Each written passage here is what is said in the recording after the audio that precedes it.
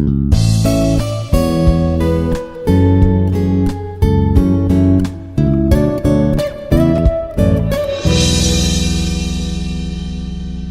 everyone, myself Dr. Ranjith Kumar Gatla, working as an associate professor in the Department of Electrical and Electronics Engineering. So in today's class, we are going to discuss about some numerical problems from the question bank, which is from the module 3. So in the module 3, basically we have already discussed the various topics, especially the network theorems. So with respect to the AC and DC, so which means for both AC and DC networks, so we have discussed the various networks theorems. So in this class, so today we are going to solve some numerical problems from the question bank. So anyway, here in this session, so here I am not going to cover every question from the question bank. So I have taken some sample of the questions from the question bank, and I am going to explain so how to solve the given question. So first let me start with the Thevenin's theorem. So here the question is here, determine the power loss in the 1 ohm resistor by using the Thevenin's theorem. So first of all, we should just recall the Thevenin's theorem. So what is the procedure to apply the Thevenin's theorem? So how to apply the Thevenin's theorem, and by applying the Thevenin's theorem, so how we can find the current flowing through the 1 ohm resistor. So first let me just recall this Thevenin's theorem. So as we know, according to the Thevenin's theorem, so first we should replace or convert the given circuit into the Thevenin's equivalent circuit. So in the Thevenin's equivalent circuit, the various components are, so here one is the Thevenin's voltage. Let us consider here it is V Thevenin's, or we can also call it as a open circuit voltage, and the Thevenin's resistor and the load resistor RL. So the load resistor is nothing but where or in which resistor we need to find the response, right? So here this is 1 ohm resistor that we need to find, right? Then here this is R Thevenin's. So which means the Thevenin's theorem is a series combination of the Thevenin the Thevenin's or the series combination of the Thevenin's voltage and the Thevenin's resistor are connected across the load resistor RL. So this is what the Thevenin's theorem. So then in this Thevenin's theorem, we need to find first of all V Thevenin's and as well as R Thevenin's, right? So then how to find the V Thevenin's and R Thevenin's? So first let us start with the R Thevenin's. So to find the R Thevenin's, the condition is from the given circuit, we have to replace, all the current sources are open circuit and all the voltage sources are short circuit, right?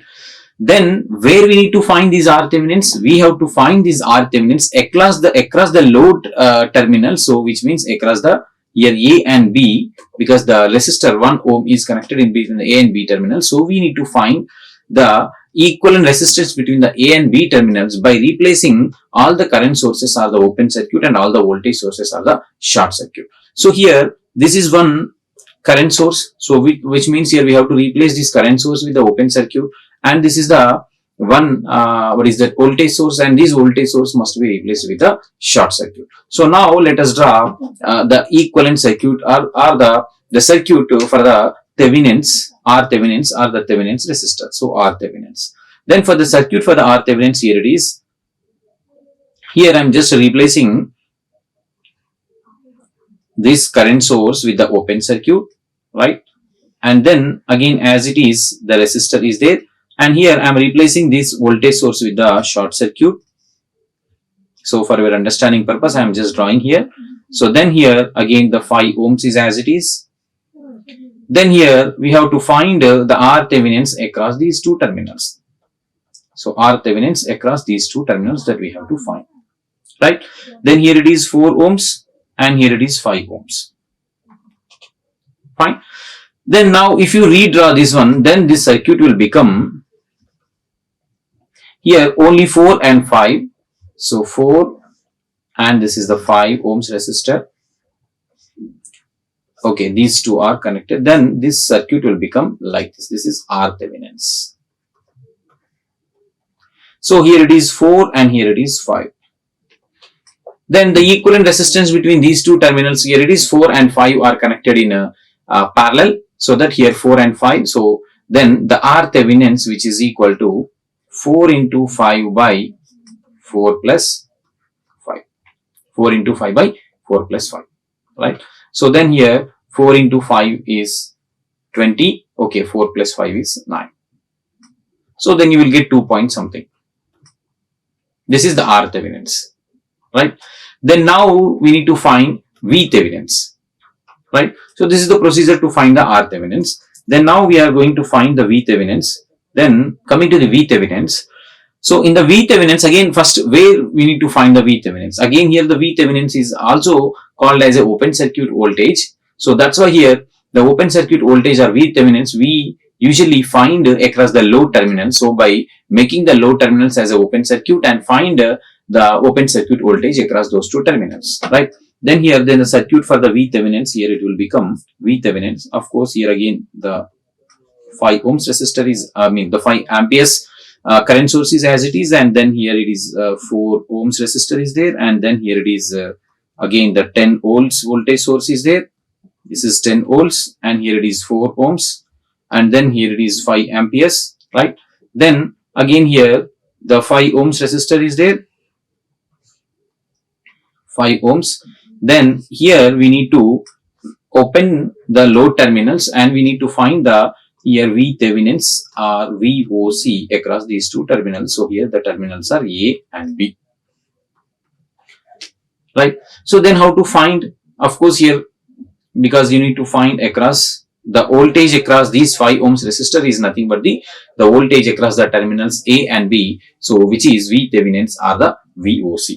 So this is way we can find the V Thevenin's. Then how to find? Of course any one of the network reduction technique that you can use. Simply you can use the mesh analysis. Okay, so of course here already one current is flowing in this mesh. Okay, let us consider here it is I1 and here it is I2, right? So already I1 is 5 amperes. Then write the I2 equation. So I2 here it is, let me write here. So 10 into, of course then start from here. So 4 into, of course anyway this is in opposite direction. So what is that? Here I2 minus this 5 and plus 5 into I2, which is equal to 10. If you simplify this, then you will get the I2 value. So then V is equal to 5 into I2. Then you will get that V. That V is nothing but the V Thevenin's or VOC. Right. So now we know the equivalent circuit or the Thevenin's equivalent circuit. Here it is like this. The Thevenin's equivalent circuit. Right. So this is V Thevenin's. So V Thevenin's, now we got the value V Thevenin's from here, and R Thevenin's. So from the previous case we already calculated the R Thevenin's, and here it is RL. Right. Then now the current flowing through RL. Okay. So what is the current flowing through RL? Here it is I is equal to. Okay. Then how now? Just as we know here, the current I is equal to V Thevenin's by R Thevenin's plus RL. So then the current flowing through here it is this one. Then what they ask us, power losses. So power losses P is equal to, let us consider here it is I square R. So the current I is now we can calculate by using this equation, and then you can substitute the I value here. And then the R is, okay, so the 1 kilo ohm resistor, then substitute here R value, then you will get the power losses in the 1 ohm resistor. So by using this Thevenin's theorem, right? So this is how we can apply the Thevenin's theorem to find the current flowing through the resistor or the power losses occur in the particular resistor. Then again here one more problem is there from the question bank. So here it is also based on the Thevenin's theorem. Because why this Thevenin's theorem is important? Because as we know, this Thevenin's theorem is based for the Norton's theorem and as well as the maximum power transfer theorem.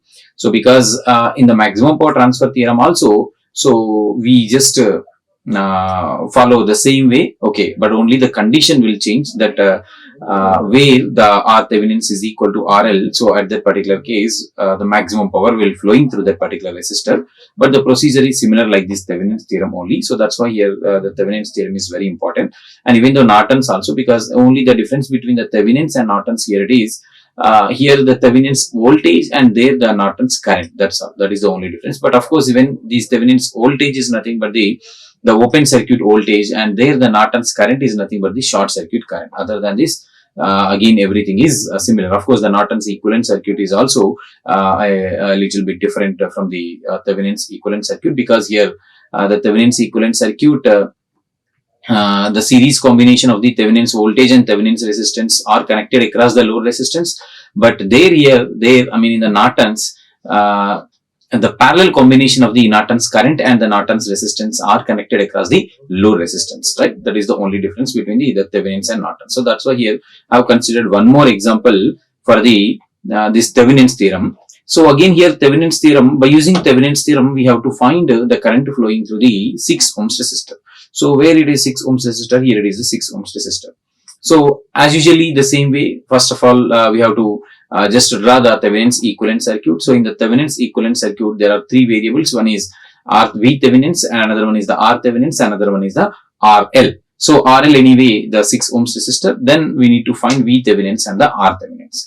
So we know the conditions also, how to find the V Thevenin's and R Thevenin's, and also we know where to find the V Thevenin's and R Thevenin's across this. From the given circuit. Then here, first let us find again the R Thevenin. So where we need to find the R Thevenins? The R Thevenins that we should find across the load resistor terminal. So here the load resistor is nothing but the given, at which resistor we need to find the response, which means either the voltage or the current flowing through that particular resistance. So let us consider here, these are the 2 terminals. Okay, let me consider again A and B. So now we need to find the equivalent resistance across the terminals A and B. Then how to find, just as usually, like all the voltage sources are replaced by the short circuit and current sources are replaced by the open circuit. Anyway, in the given network, there are no current sources, only the 3 voltage sources are there. So the 3 voltage sources that we can replace with the short circuit. Then draw the equivalent circuit. So here 4 ohms as it is. Then here this 15 volts voltage source is replaced with the short circuit, and again here 5 ohms is there, and again here the 10 volts voltage source is replaced with the short circuit. Then of course anyway now we need to find this way. Okay, we need to find across these 2 terminals A and B. Okay, so let me just here A and here it is B for our understanding purpose. Then again here this 7 ohms resistor is there, and again the V3, the 20 volts resistor is replaced with the short circuit. So here these are the A and B terminals.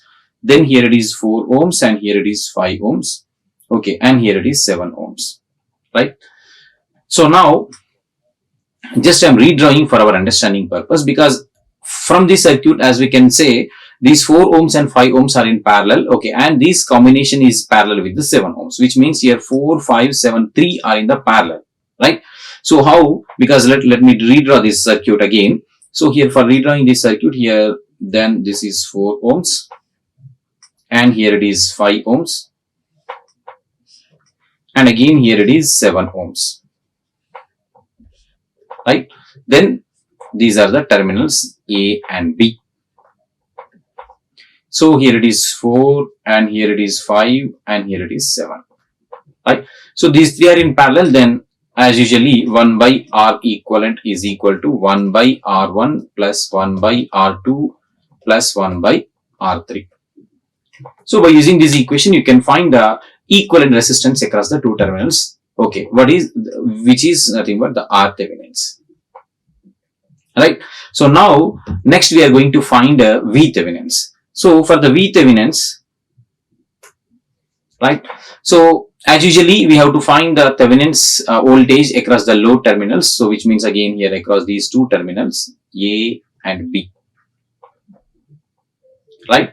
So which is nothing but here, let us again redraw the circuit. Here we should not replace the voltage sources and current sources. So we should keep all the elements in the circuit, but only thing that we need to do is just make open circuit the load terminals and find the voltage across that open circuit terminals. So that is the thing that we need to do, right? Fine. So this is the circuit. So A and B, and anyway this is 4 ohms and this is again 15 volts. So plus and minus, and again this is 5 ohms and this is 10 volts. So plus and minus the polarities, and again here it is 7 ohms and again here it is plus and minus, this is 20 volts. So for this given circuit we need to find the voltage across the A and B terminals. So again the same way you can follow any one of the network reduction techniques to find the voltage across the terminals A and B, okay, either loop analysis, okay, or any other technique, okay, any other basic technique that we can follow. So here the voltage across A and B terminals is nothing but, because across A and B terminals there are two things are there, okay. So one is 7 and 20 volts is there, another one is 5 and 10 volts is there. So which means the voltage across these two terminals and the voltage across these two, I mean which means here 20 volts is there, then what is the voltage across these 7 ohms? So then the 1020 plus the voltage across the 7 ohms, 7 ohms is the voltage across the A and B terminals. Okay, so in this way we can find the voltage across the A and B terminals. Okay, so in other words, just apply, because here the two loops are there, just apply the loop analysis, then you can find the voltage across the terminals A and B. So in this way we can find the V Thevenins. Now again the same way, let us draw the Thevenin's equivalent circuit. Then here it is Thevenin's resistance and here it is load resistance. So V Thevenin's, and here it is R Thevenin's, and here it is RL, right? Then the same way here the current flowing through R, let us consider here it is IL. Okay, so IL which is equal to V Thevenin's by R Thevenin's plus RL. So we know how to find V Thevenin's, R Thevenin's. So then substitute the V Thevenin's, R Thevenin's value as well as the RL which is 6 ohms. Then you can find the RL. So IL. So IL is nothing but the voltage, or the current flowing through the 6 ohms resistor. This is the way to apply the Thevenin's theorem, right? Yeah. Now we are going to discuss about the superposition theorem, right? Of course, in the previous two problems, the Thevenin's theorem that we have applied for the DC networks. So here the superposition theorem that we are going to apply for the AC networks. Of course, the procedure is same, okay, because AC and DC the networks are different, but the procedure is same again. So either Thevenin's theorem or superposition theorem. Then here the superposition theorem. By using the superposition theorem, what we have to find? We have to find the current I through the 4 ohms resistor. Okay, 4 ohms resistor in the below circuit. 4 ohms reactance. Okay, that is XL2 in the given circuit. So now first of all, we should know the procedure to apply the superposition theorem. So as we know, the superposition theorem can be applied for a network which is having more than 2 sources. Why? Because here, because each time we can consider one source independently, okay, and other sources are replaced with the short circuit or open circuit the same way. So if other sources are voltage sources, then we can replace with the open circuit. We can replace with the short circuit, and if the other sources are current sources, then we can replace with the open circuit. But anyway, here both are voltage sources, so we can replace with the the short circuit. Okay, so first let us convert. Okay. So these, the reactances, which means the inductive reactances and the capacitive reactances to the impedances, so that it will be easy to solve the problem. So let us consider here the XL1 can be call it as a Z1 and XL2 Z2 and XC is the Z3. So, and we know that Z1 which is equal to J into XL1, so which is J 4 ohms, and Z2 is equal to J XL2, so XL2 value here it is 4 ohms, so J 4 ohms, and Z3 here it is XC, so because minus J XC, so because 1 by XC, so that's why here we can write it as a minus J XC, so minus J XC which is equal to minus J3 ohms. So now first let us consider only the source E1. okay, as an active source, then all other sources can be replaced with the short circuit or the open circuit. But anyway, here there is only one another source, that is E2. So E2 is the voltage source. So according to this superposition theorem, the voltage sources are replaced with the short circuit. So that's why here E2 is replaced with the short circuit. Now we need to find the current flowing through the Z2, because actually according to the given problem, we have to find the current flowing through Z2 only. So then let us find the current flowing through Z2. So here let us consider the current flowing through the Z2 is I dash. Of course, again here there are many ways to find the current flowing through the Z2, but in this case that we are going to apply the current division rule. So as we know, according to the current division rule, so if you want to find the current flowing through the Z2, then first we need to find the total current. So the total current is nothing but the current flowing through the E1 that we need to find.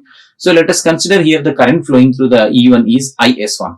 Then the current flowing through Z2 here I dash, which is equal to the total current here, it is IS1 into the opposite resistor, which is Z3 by, okay, so Z2 plus Z3. So then the total impedance. So this is the formula to find the current flowing through the Z2 dash.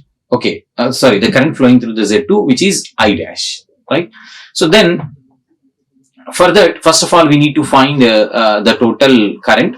Okay, so the total current is nothing but, again, as we know, so the total current, which is IS1, which is equal to E1 by the total, what is that, Z equivalent. Okay, the equivalent resistance.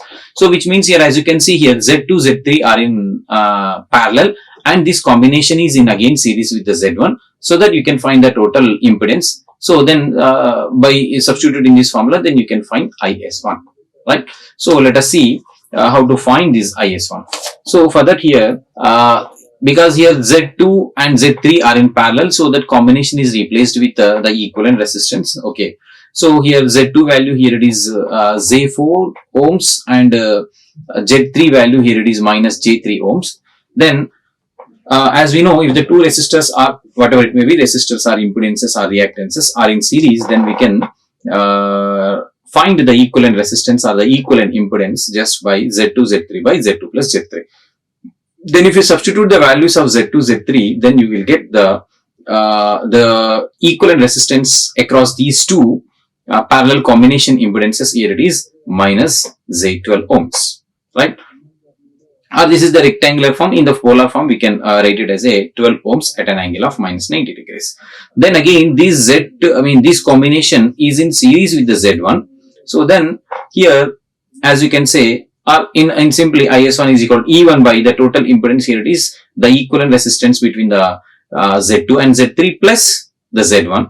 Then if you substitute all the values here, then you will get finally the total current IS1 is equal to 1.25 amperes at an angle of at an angle of 90 degrees, right? So now we got the value of the total current. Now it is easy to find the I dash value. So I dash, again, as I told you, by using the current division rule. So I dash is equal to here Z3 into IS1 by Z2 plus Z3. Now you know all the values, then substitute here, then you will get the value of the I dash, which is equal to 3.75 amperes at an angle of minus 90 degrees. Right.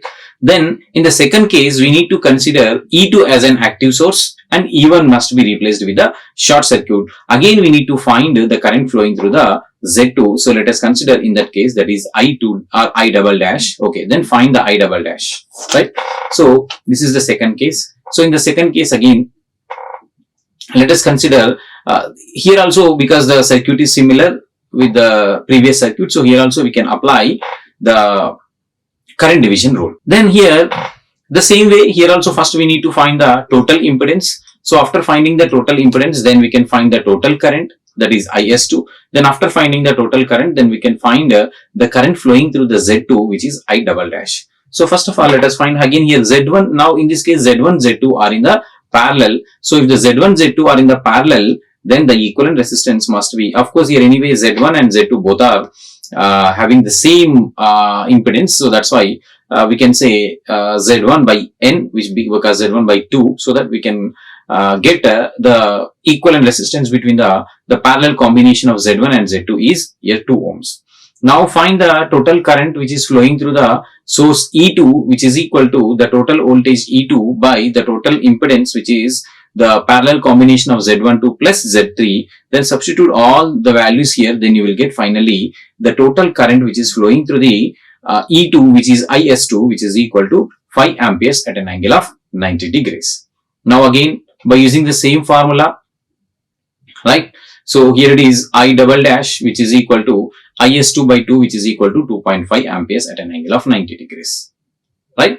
So because here why it is IS2 by 2, because these two values having the same, okay, that's why here in simply here it is written like this. But in other words, you can, even though if you substitute this I double dash is equal to what is that, because here Z1 Z2 values are same, so that's why instead of that here they have written like this, because anyway as you can see here, so you will get this answer. So the total current here it is IS2 into the opposite resistor, here it is Z1 by Z1 plus Z2, right? So because as we know here Z1 is equal to Z2, because this is also 4 ohms and this is also J4 ohms, right? So that's why here as you can see here IS2 into, so let us substitute here Z1 is equal to Z2, then it will become Z1 by 2 Z1, okay, then Z1 cancel, then I double dash is equal to IS2 by 2. So that is what here directly they have written, but don't get confused this one, right? So in this way we can find I double dash. Now according to the superposition theorem, the current flowing through the Z2, which is, let us consider I, so I is equal to I dash plus I double dash. But actually here, why here I dash minus I double dash? Why? Because so in the first case, the I dash here it is in in this way, okay. But in the second case, the I dash is in the opposite direction, okay. So first case that we have considered in this case, and second case we have considered the direction is in this way. But actually, according to the given problem, okay, so the direction if they have defined, then we should consider according to that. So that's why now I dash is equal to, sorry, I is equal to I dash minus I double dash. Then substitute the value of I dash and I double dash, then you will get the finally the value of I, which is nothing but the current flowing through the XL2 by using the superposition theorem, right? By using the superposition theorem. So this is how we can apply the superposition theorem. So for any given problem, this is the same procedure. You just simply apply, right? So but if we get an AC circuit, so it's better first to convert all the impedances, I mean all the resistor and reactances are into the impedances, okay. Then it's better to solve the problem so that it will be easy for us, right? Then coming to the Thevenin's theorem again. So but here in this case the Thevenin's theorem for the AC circuit, right? So in this let us read the problem. So find the Thevenin's equivalent circuit for the network external to branch AA in the figure, right? So then we need to find the equivalent circuit for the branch across these two terminals, right? So anyway here you may get confused something, right? Okay. So in the before cases we were having only one resistor, I mean one load resistor, but here it is a combination of resistor and the what is that, one voltage source, okay. So here if they ask us to find the current flowing through what is that the R3 resistor, then we have to consider only the terminals across the R3. But here they didn't say like that. Here they have already clearly indicated the terminals, that is A dash. So which means we have to find, or we have to what is that, find the Thevenin's equivalent circuit across these two terminals only. So whatever the elements are there across these two terminals, then we have to eliminate. I mean we have to make it open circuit by eliminating those elements, right? So that's why here as you can see, because as you know in the Thevenin's equivalent circuit there are majorly two variables, of course including the what is that, the other elements, the load elements, okay. So there are because here in the load elements again one more voltage source is there, right? Anyway here first of all we need to find R Thevenin's and then V Thevenin's, right? So here I have already drawn the V Thevenin's and R Thevenin's equivalent circuits. So for the V Thevenin's, of course, just we need to make it open circuit across the load terminals or across the given terminals, then find the open circuit voltage across those two terminals. That is called as a the Thevenin's voltage. Then when coming to the R Thevenin's, the Thevenin's resistance, the same way across the same terminals you have to find the of course anyway here it is impedance. Okay, so that's why the Z Thevenin's across these two terminals. So by replacing the voltage sources as a short circuit and the current sources as a open circuit. But anyway here we are having only the voltage sources, so that's why we are just replacing the voltage sources with the short circuit. So anyway here also first we have just converted all the voltage, I mean all the the resistor reactances as a impedance. So which means here Z1, Z2 and Z3. So here Z1 which is equal to here 6 plus J8 ohms. Okay, 6 ohms plus J8 ohms, and then Z2 here it is 3 minus J4 ohms, and here it is Z3 which is equal to, again here it is XL, so R3 here. Of course now we should not consider the 7 ohms here for the Z3, so Z3 we need to consider just J5 ohms, because here the R3 is the load element that we are considering. Okay, so then now Z1, Z2, Z3 are there. Then find the R Thevenin. So first let us find the Z Thevenins. So in the Z Thevenins, as we can see here, Z1 is in parallel with the Z2. So that here we can write here it is Z1 Z2 by Z1 plus Z2. Okay, and this combination is in series with the Z3. So plus Z3. Then substitute Z1, Z2, Z3 values here. Then you can find the value of the Z Thevenins. Then let us substitute here. So what is the Z1 value? Here it is Z1 value. Of course, I am just converting. I mean, you can convert. You can write it as it is, or you can convert into the polar form. So let me write here Z1 value. So here Z1 here it is 6 plus 8 ohms into here Z2 is 3 minus J. Sorry, here J is there. So 3 minus J 4 ohms by here 6 plus J 8 ohms plus 3 minus J 4 ohms, right? So plus here Z3 is J 5 ohms.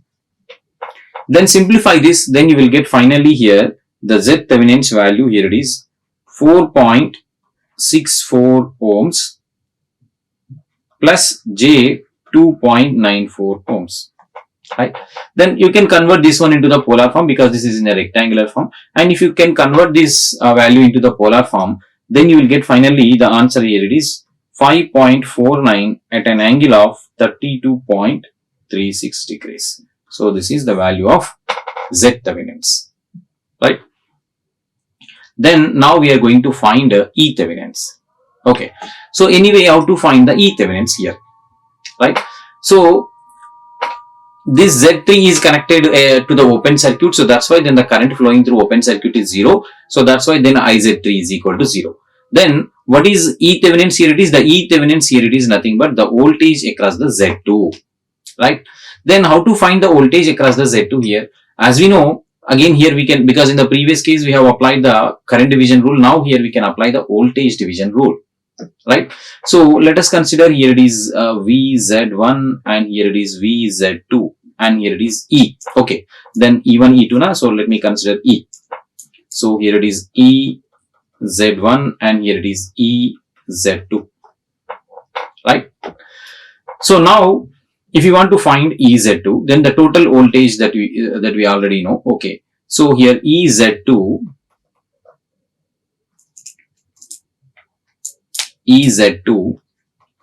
which is equal to the total voltage across these two terminals is here it is E1 into, okay, so here where we need to find Z2, right? So Z2 by Z1 plus Z2.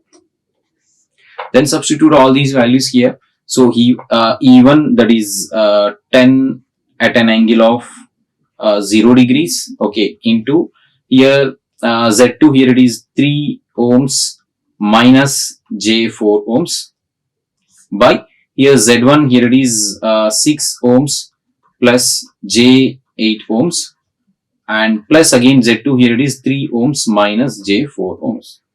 So you just simplify, then you will get the E2 value, sorry, EZ2 value. So which is the E Thevenins, Then here, as you can see here, so then E Thevenins, that value here we got it is 5.08 at an angle of minus 77.09 degrees. And the Z Thevenins that we have already calculated, which is 4.64 ohms plus J into 2.94 ohms. Okay. Then again, across that, because as we know, according to the Thevenin's equivalent circuit, so the Thevenin's, the series combination of the Thevenin's voltage and the Thevenin's resistance must be connected across the load terminal. So here the load terminals are A dash. So already in A dash, the voltage, the resistor R3 and the E2 voltage source is there. So now here it will become this is the Thevenin's equivalent resistance. This is how we can find the Thevenin's equivalent circuit, right? Fine. Next, we are going to find one more problem. We are going to discuss, that is Norton's equivalent circuit, right? So find the Norton's equivalent circuit for the network external to the 7 ohms capacitive reactance. So which means here we need to find the Norton's equivalent circuit across, by considering the XC2 as a load resistor or the load reactance, right? So then here, as we know, this is almost similar to the Thevenin's theorem, but the only thing here it is, in the Thevenin's theorem, of course, first we need to find V Thevenin's and R Thevenin's. So here also, R Thevenin's is nothing but the R Norton's here. We usually call it as a R Thevenin, but R Thevenin's and R Norton's, the procedure and all are same. But instead of V Thevenin's here, we need to find the I Norton's. Okay, so there the V Thevenin's is nothing but the open circuit voltage, and here I Norton's is nothing but the short circuit current, right? So that's why here, as you can see, this is the equivalent circuit for the Z Norton's. Okay, so how to find the Z? First, where to find the Z Norton's? Across the load terminals. So these are the load terminals that we have considered. So we need to find the Z Norton's across these two terminals. And then what is the condition? We have to replace all the voltage sources by the short circuit and the current sources by the open circuit. But anyway, here only one open, current source is there, then the current source is replaced with the open circuit, right? So this is how we can find the Z Norton's. Then when coming to the I Norton's, so here I Norton's, as you can see, the same way, okay, so just we need to make it short circuit across the load terminals and find the current flowing through the short circuit, that is I Norton's, right? So then let us find first here the Z Norton's. So how to find the Z Norton's here? Of course, before that, as I told you, here we need to convert, what is that? Okay, let me write the Z1, Z2, Z3 values again here also. So here Z1 is equal to 2 ohms plus, not plus, here J is there. So 2 ohms minus J 4 ohms. And when coming to the Z2, here it is only directly 1 ohm. And here it is Z3, here it is J 5 ohms. So these are the Z1, Z2 and Z3 values. Now, here as you can see, the Z1 and Z2 are in series. So Z1 plus Z2, and this combination is in parallel with the Z3. So which means here Z1, Z2 into Z3 by Z1 plus Z2 plus Z3, right? So here, yeah, Z1 plus Z2 plus Z3, right? So then here this is, what is this? Z Norton's. Then substitute all the values of Z1, Z2 and Z3 here, then you can find the Zn value, right? The same way, because you know what is Z1, Z2, Z3, you just substitute and simplify, then you will get the Z Norton's. Because the procedure is same like the Thevenin's, so that's why, the Z Thevenin's and Z Norton's both are same, right? Now, we are going to find I Norton's. Then how we can find these I Norton's? So in this I Norton's now, the same way, okay, so we can find the I Norton's by using the current division rule, right? So suppose if you know, because here, if you can convert this current source into the voltage source, that is one way, okay, and another way. So now we know the current flowing through the Z1, and if you are able to find the I1, which is the current flowing through the Z2, okay, then here IN, that we can write it as here IN which is equal to, okay, which is equal to, or the I1 which is equal to, here Z1 into I, because these two are connected in Z1 into I by Z1 plus Z2, right? The current division rule. So by using current division rule, we can find IN value. So now you know the I, that is 3 amperes, and you know the Z1 and Z2 values also. You just substitute here, then you will get this IN value. So that is how we can find the IN value. So anyway, by simplifying that, you will get IN value. Then coming to the equivalent circuit. Okay, the equivalent circuit, here it is. Because in the Thevenin's circuit here, the equivalent circuit is like in a series. Okay, I mean the Thevenin's voltage and the Thevenin's resistance, or the series combination of Thevenin's voltage and Thevenin's resistor, are connected across the load terminals. And here the parallel combination of the Norton's current and the Norton's resistor are connected across the load terminal. Okay, so that is the only difference between these two. Then here now, as you can see, this is the Norton's current that we have calculated, and this is the Norton's impedance in this case, that also we have calculated. So the parallel combination of the Norton's current and the Norton's impedance are connected across the load terminals, the load that we have considered as a XC2, right? So this is the way we can find the Norton's equivalent circuit. So after that, it again, if you want to find the current flowing through XC, then it is easy. Again, the same way, by using the current division rule, you can just apply find the current flowing through this XC2, right? So this is how some numerical problems from the question bank in module 3. Okay, in the next class we will discuss the next topic. Thank you. Like, share and subscribe. Hit the bell icon for more updates.